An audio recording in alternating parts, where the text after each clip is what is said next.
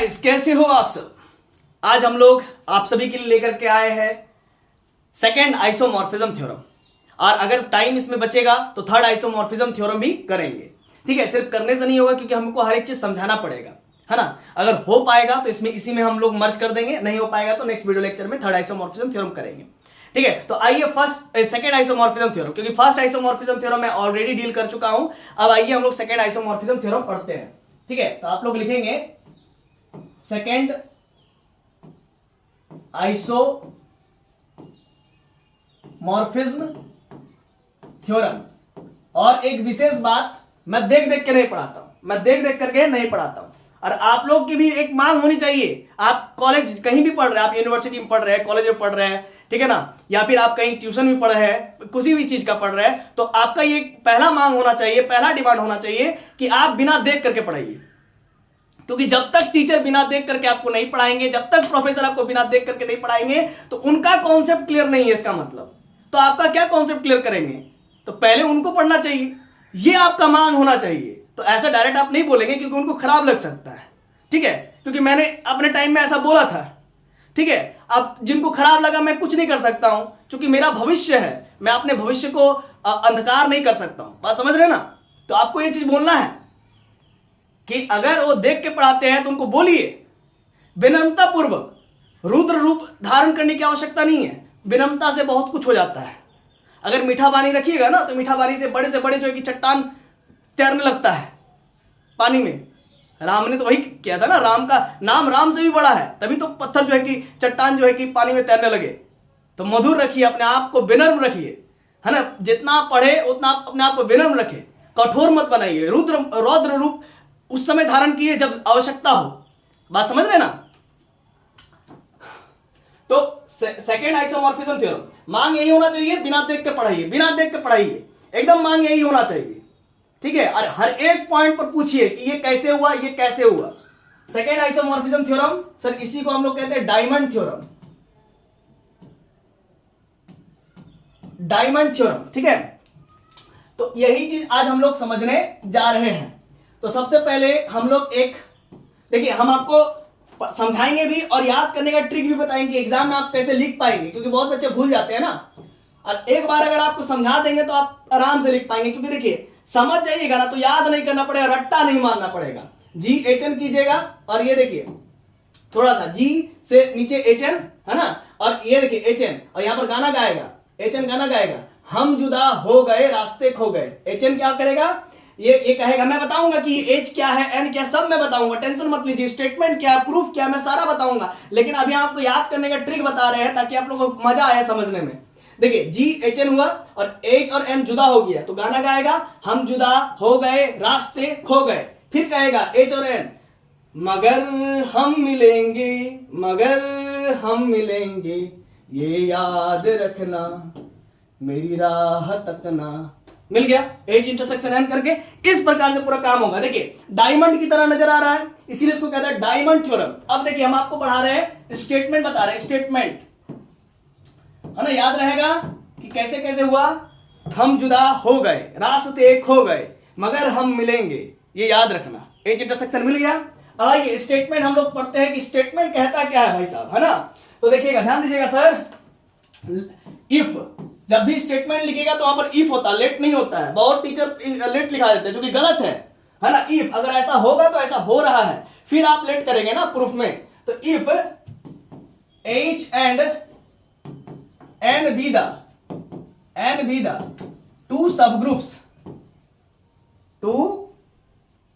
subgroups, है ना। ये स्टेटमेंट कह रहा है कि इफ यदि H और N दो सबग्रुप्स है, be two subgroups of a group G। अब आप कहेंगे कि सर हमें बता दीजिए सब ग्रुप्स क्या है, तब फिर हम आपको कहेंगे कि बाबू मेरे बेसिक्स लेक्चर में जाइए, वहां पर सब ग्रुप्स बताया है, नॉर्मल सब ग्रुप्स बताया है, कॉम्यूटेटर सब ग्रुप बताया है, ठीक है, आइसोमॉर्फिज्म बताया, होमोमॉर्फिज्म बताया है, ऑटोमॉर्फिज्म बताया है। तो पहले उन वीडियोस को देखा ये बच्चों, मेरी गलती नहीं है, मैंने तो हर एक चीज आप लोगों को क्लियर, क्रिस्टल एंड क्लियर पढ़ाया है। तो पहले उन वीडियोस को देखाइए, तब आपको अंदर समझ में आएगा। आपका बेसिक्स अच्छा होना चाहिए ग्रेजुएशन में, है ना सर। तो if H and N be the two subgroups of a group G, ठीक है, comma N be the normal subgroup, n be the normal subgroup of a group G, है ना, n be the normal subgroup of a group G, then हमें show करना होगा, then हमें ये show करना पड़ेगा कि H by H intersection n is isomorphic to Hn by n, है ना, ये चीज हमें प्रूफ करना होगा। इसमें हम लोग फर्स्ट आइसोमॉर्फिज्म थ्योरम का इस्तेमाल करेंगे। जी सर, हाँ ठीक। अब आप कहेंगे कि H by H intersection n कैसे हम लोग याद रखेंगे?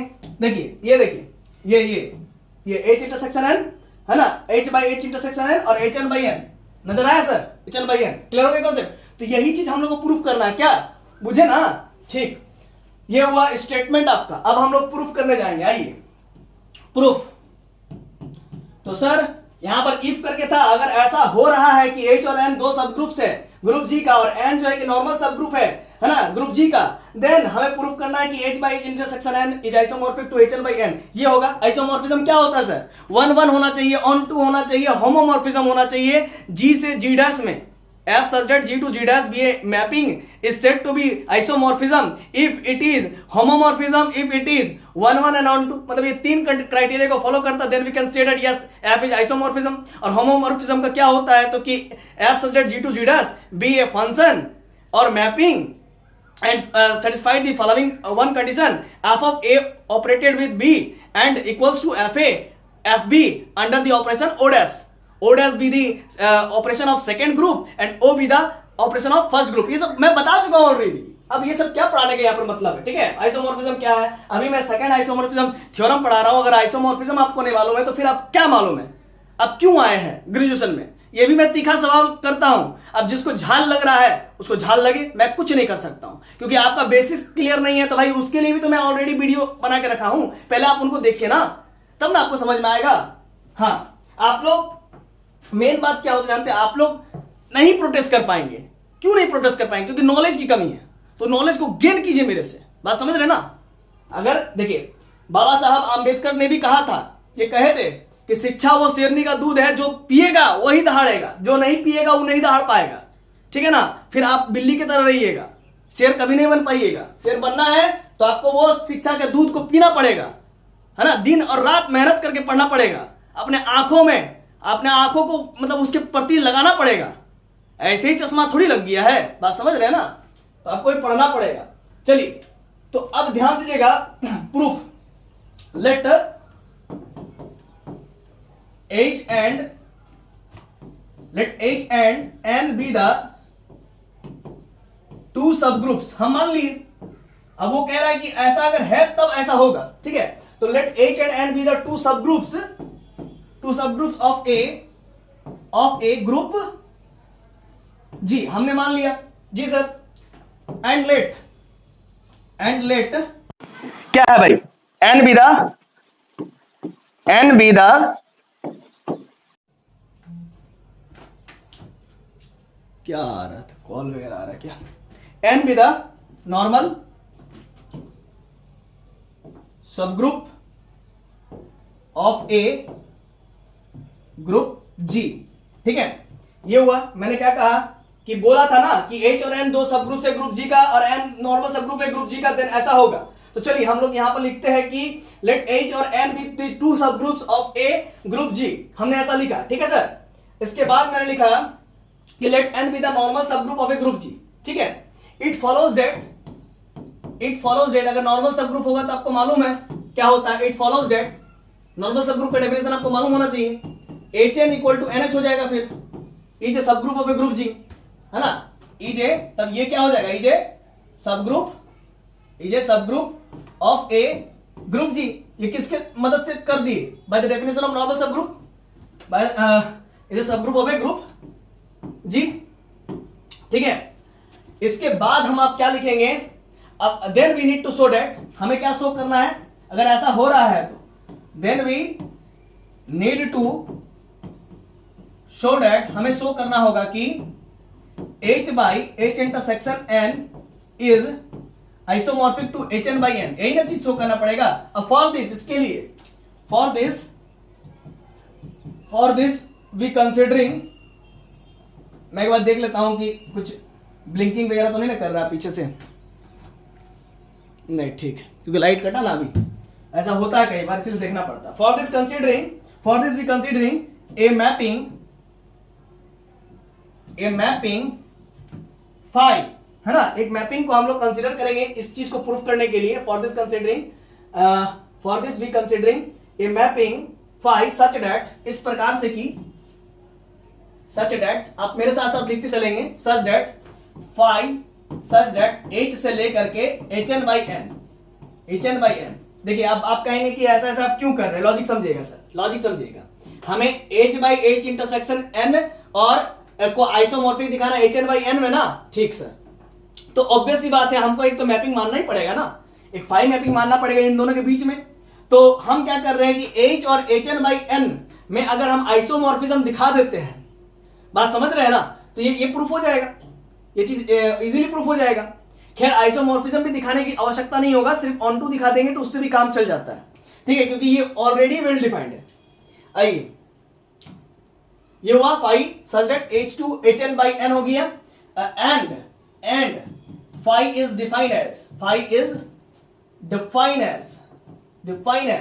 फाई को इस प्रकार से डिफाइन करेंगे कि फाई में कैसा एलिमेंट लेंगे, कैपिटल H का एलिमेंट स्मॉल h टाइप का आएगा, इक्वल टू वो hn टाइप का एलिमेंट आएगा, क्योंकि hn by n में n के सारे कोसेट्स आएंगे, क्योंकि n नॉर्मल सब ग्रुप है hn का, है ना सर। क्योंकि जो नीचे में रहता है जो फैक्टर ग्रुप, देखिए फैक्टर ग्रुप का ही मैंने डेफिनेशन ऑलरेडी बताया था कि फैक्टर ग्रुप क्या होता है। फैक्टर ग्रुप के लिए एक नॉर्मल सब ग्रुप होना पड़ता है n को, इसके बाद उसमें g by n टाइप के, अगर किसी को हम g by n को हम लोग फैक्टर ग्रुप कह रहे हैं तो उसमें ऑल कोसेट्स ऑफ n आते हैं, और जितने भी कोसेट्स होंगे वो लेफ्ट कोसेट और राइट कोसेट आपस में बराबर होंगे, ये सब मैं बता चुका हूं कोसेट्स के डेफिनेशन में। और देखिए फैक्टर ग्रुप में क्या होता है ना, जो नीचे वाला होता है डिनोमिनेटर में, वही उसका नॉर्मल सब ग्रुप होता है, और वही उसका जो है कि आइडेंटिटी इलामेंट भी होता है उसी फैक्टर ग्रुप का, यानी कि n जो है कि नॉर्मल सब ग्रुप भी है और आइडेंटिटी इलामेंट भी है। तो n hn by n में किसके कोसेट रहेंगे, तो n के कोसेट रहेंगे, और किससे जनरेट होगा, किससे निर्मित होगा, तो h से निर्मित होगा, ठीक है ना। ये सब आपने पढ़ा होगा, ठीक है ना, ऑलरेडी ये सब जानते होंगे, आपने बीएससी में भी पढ़ा होगा, ठीक है। तो phi h equals to hn हो गया। फॉर ऑल h कहां से लेंगे जी, कैपिटल H से लेंगे, ठीक है ना सर। अच्छा, अब इससे हम लोग क्या स्पष्ट हो रहा है, इट मे बी ऑब्जर्व्ड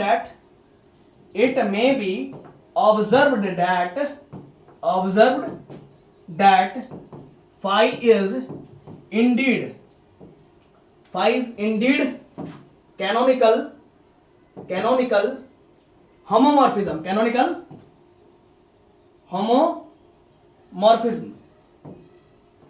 ठीक है। इससे ये पता चल रहा है, हम लोग ऑब्जर्व कर रहे हैं कि फाई जो है कि इंडीड एक कैनोनिकल होमोमॉर्फिज्म है, ठीक है, इतना तो क्लियर हो रहा है। अब यहां से हम लोग एक अनदर मैपिंग डिस्क्राइब करेंगे, तो लेट अस सो इसी वजह से, क्योंकि इंडीड कैनोनिकल होमोमॉर्फिज्म हो रहा है।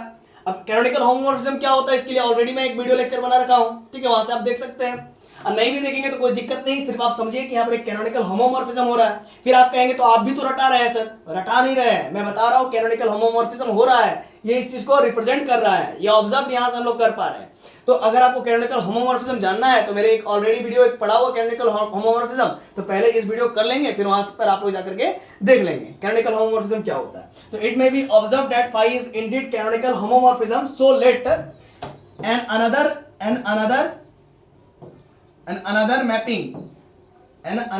मैपिंग हम लोग कंसीडर करेंगे, एन अनदर मैपिंग p को कंसीडर करेंगे, p सच दैट, आइए आगे लिखेंगे,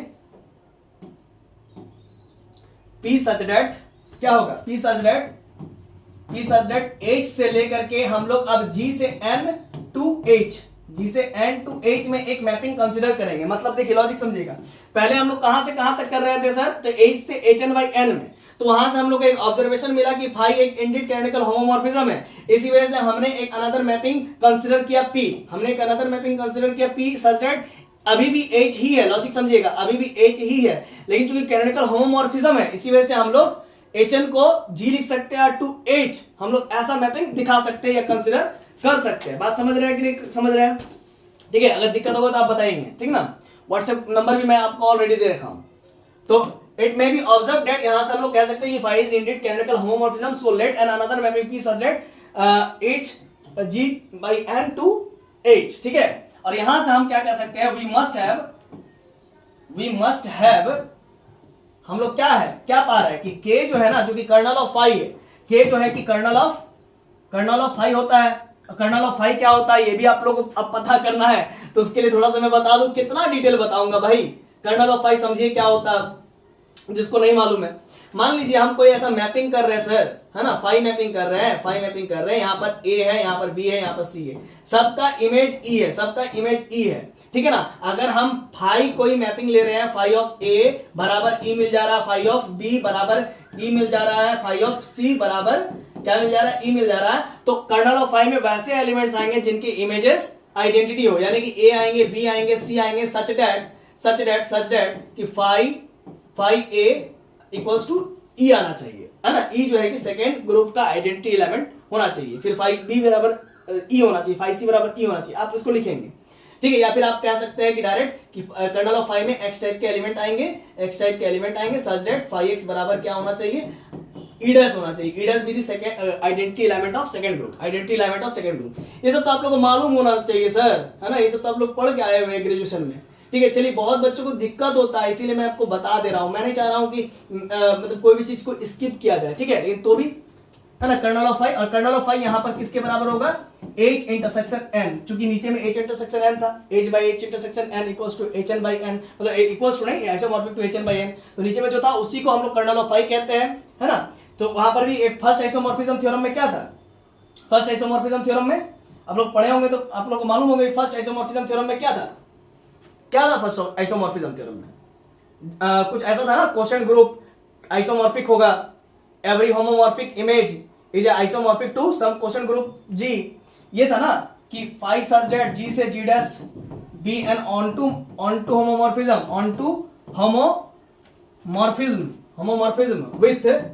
with k equal to kernel of phi, then we need to show that G by k is isomorphic to image of phi, ऐसा था ना show करना। फिर image of phi further onto है तो भाई image of phi G dash के बराबर हो जाता था, और यहाँ पर k जो है कि कर्नल ऑफ फाई होता था। मैंने आपको सब बता चुका है, ये सब पहले ही पढ़ा चुका है ना, फर्स्ट आइसोमॉर्फिज्म में पढ़ा चुका है, तो वही चीज का तो यहाँ पर इस्तेमाल हो रहा है सर, देखिए ध्यान दीजिएगा। तो we must have k equal to kernel of phi which is h intersection n, ठीक है। और यहां से हम लोग therefore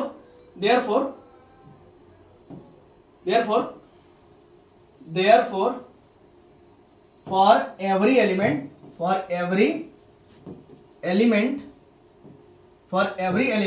कहां hn कहां से लेंगे, h by n से हम लोग ले सकते हैं या hn by n से भी ले सकते हैं, ठीक है ना, क्योंकि ये भी तो एक फैक्टर ग्रुप है, तो यहां से हम लोग hn ले लिए। फॉर ऑल किसके लिए, h कहां से बिलोंग करेगा, कैपिटल H से बिलोंग करेगा, है ना।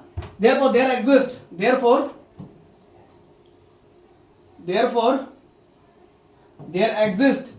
exist इसके लिए एक मैपिंग एग्जिस्ट कर रहा है, हम लोग ऑलरेडी देख चुके हैं। there exist a मैपिंग, है ना, इसके लिए, इस चीज के लिए अगर आप h by n से hn लेते हैं तो उसके लिए एक मैपिंग एग्जिस्ट कर रहा है। therefore there exist a mapping phi such that, है ना, phi such that कैसे मैपिंग एग्जिस्ट कर रहा है, phi such that phi of h equals to hn for all h belongs to capital H, यही ना कर रहा है सर, ठीक। there exists a mapping phi such that this, और ये क्या शो कर रहा है, ये शो कर रहा है कि ये ऑन टू होमोमॉर्फिज्म है ना, ऑन टू देखिए phi है। अगर हम लोग क्या कर रहे हैं कि h by n कर रहे हैं या hn by n ही कर रहे हैं, क्या प्रॉब्लम है, ठीक है ना। इधर h है सर, अगर यहां से हम लोग कोई भी एलिमेंट उठा रहे हैं, क्या उठा रहे हैं, hn उठा रहे हैं, तो उसके करस्पॉन्डिंग हमको कैपिटल H में स्मॉल h मिल रहा है ना, मतलब इधर के प्रत्येक एलिमेंट का इधर प्रीइमेज मिल रहा है ना सर, हाँ मिल रहा है, तो इसीलिए हम लोग कह रहे हैं कि भाई ये ऑन टू है ना। तो दिस shows that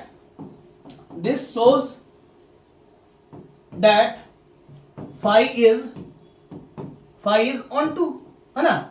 therefore अब यहां से हम लोग क्या कह सकते हैं, ये ऑन टू होमोमॉर्फिज्म हो गया, ठीक है। क्यों ऑन टू होमोमॉर्फिज्म हो गया, देखिए ध्यान दीजिएगा।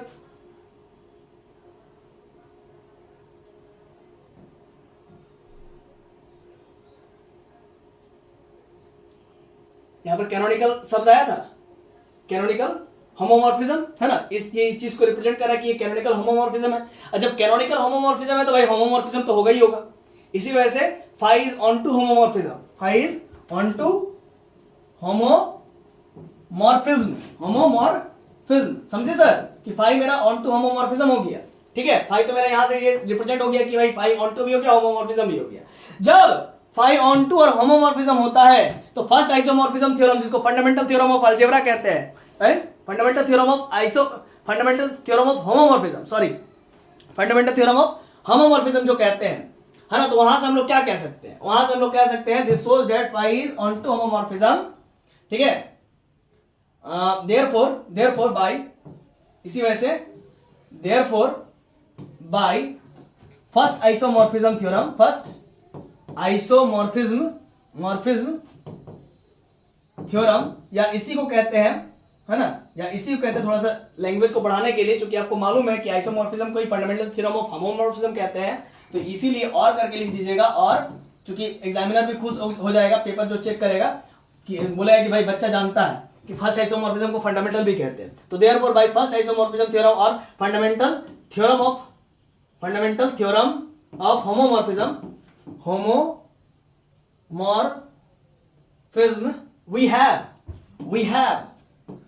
वी हैव क्या कह सकते हैं सर, h बाई के, है ना। के यहां पर क्या था, h इंटरसेक्शन n था, वो हम लोग लिख देंगे बाद में, is isomorphic to hn by n, proof हो गया। अब यहां पर लिखेंगे फर्दर, इसको इक्वेशन 1 मान लीजिए, फर्दर इफ, चूंकि ये हम लोग देखे हैं कि k बराबर h इंटरसेक्शन n था ना सर, है ना। तो फर्दर इफ k बराबर अगर h इंटरसेक्शन n है तो then h by h intersection n is isomorphic to hn by n, hence the theorem. ये हो गया प्रूफ, हेंस द थ्योरम, ठीक है। बात समझ में आया? देखिए समझ करके चीजों को लिखे तो कितना समझ में आया।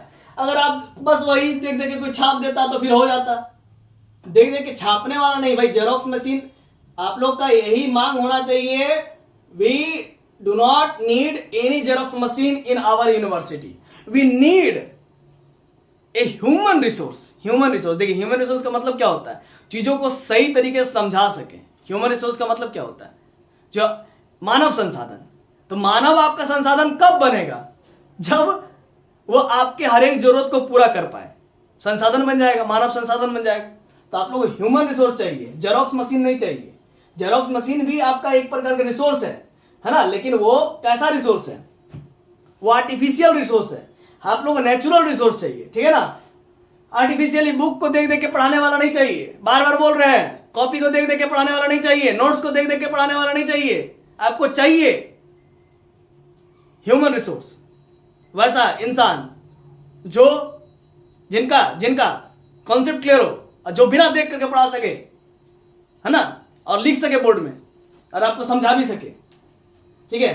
तो ये बात को ध्यान दीजिएगा आप लोग। ये बच्चा जो है कि बस हाँ में हाँ मिला देता है, टीचर को नहीं बोल पाता है। सुभाष बनिए, सुभाष कहां गए आप? उसी धरती के सपूत है ना, जिस धरती के सपूत जो है कि सुभाष चंद्र बोस थे।